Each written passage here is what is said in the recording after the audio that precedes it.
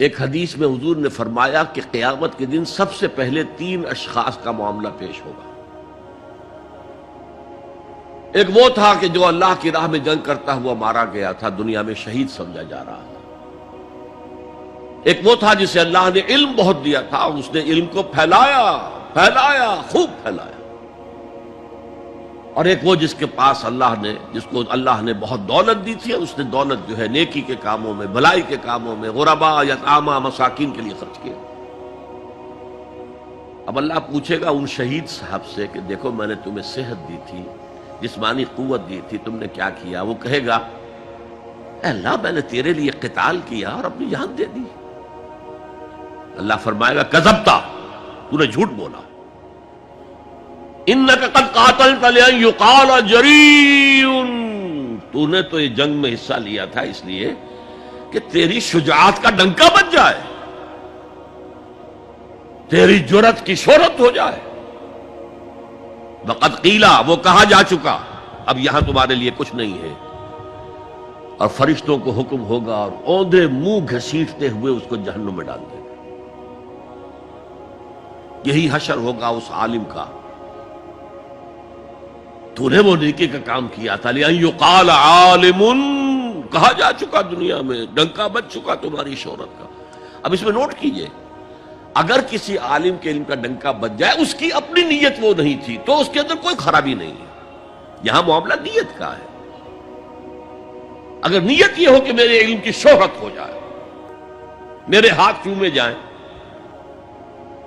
مجھے نذرانے پیش کیے جائیں، تو پھر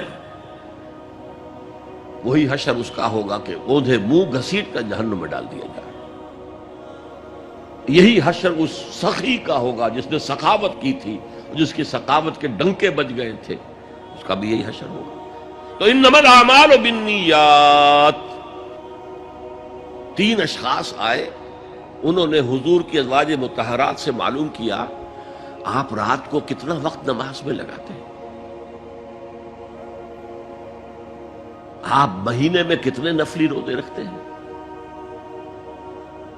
اب جو کچھ انہیں بتایا گیا، حضور کی زندگی کھلی کتاب تھی، بتا دیا گیا اتنا عرصہ جو ہے آپ رات کو تہجد پڑھتے ہیں، بتا دیا گیا مہینے میں اتنے روزے رکھتے ہیں۔ انہوں نے اسے کم سمجھا، فتقالوہا، قلیل سمجھا کہ یہ تو زیادہ نہیں ہے، ہمارا تو خیال تھا کہ آپ ساری رات ہی کھڑے رہتے ہو۔ لیکن اپنے دل کو مطمئن کرنے کے لیے کہ حضور کی کہیں توہین بھی نہ ہو جائے، کہا جی انہیں تو ضرورت نہیں ہے، وہ تو معصوم ہی ہے، ان کی خطائیں اول تو ہوتی نہیں، اگر کوئی ہے بھی تو اللہ نے کہہ دیا قد غفر اللہ لک ذنبک ما تقدم منہا وما تاخر، اللہ نے تو معاف کر دی اگلے پچھلے سارے گناہ، میرے لیے یہ کافی نہیں ہے۔ ایک نے کہا میں پوری رات عبادت کروں گا، اپنی کمر بستر سے نہیں لگاؤں گا۔ دوسرے نے کہا کہ میں ہمیشہ ہر روز روزہ رکھوں گا، کبھی افطار نہیں کروں گا۔ تیسرے نے کہا میں کوئی شادی بیاہ نہیں کروں گا، ایک کھکیڑ میں نہیں پڑوں گا میں۔ حضور کو خبر ہو گئی، آپ نے طلب فرمایا اور غصے کے انداز میں وہ الفاظ کہے کہ جو حضور سے بالکل متوقع نہیں۔ واللہ انی لاتقاکم واخشاکم، خدا کی قسم میں تم سب سے زیادہ متقی ہوں اور سب سے زیادہ اللہ سے ڈرنے والا ہوں، لیکن میرا طریق یہ ہے کہ میں رات کو سوتا بھی ہوں اور نماز بھی پڑھتا ہوں، میں روزہ رکھتا بھی ہوں، ناغہ بھی کرتا ہوں، میں نے شادیاں کی ہیں، متعدد ازواج میرے گھروں میں ہے۔ فمن رغب عن سنتی فلیس منی،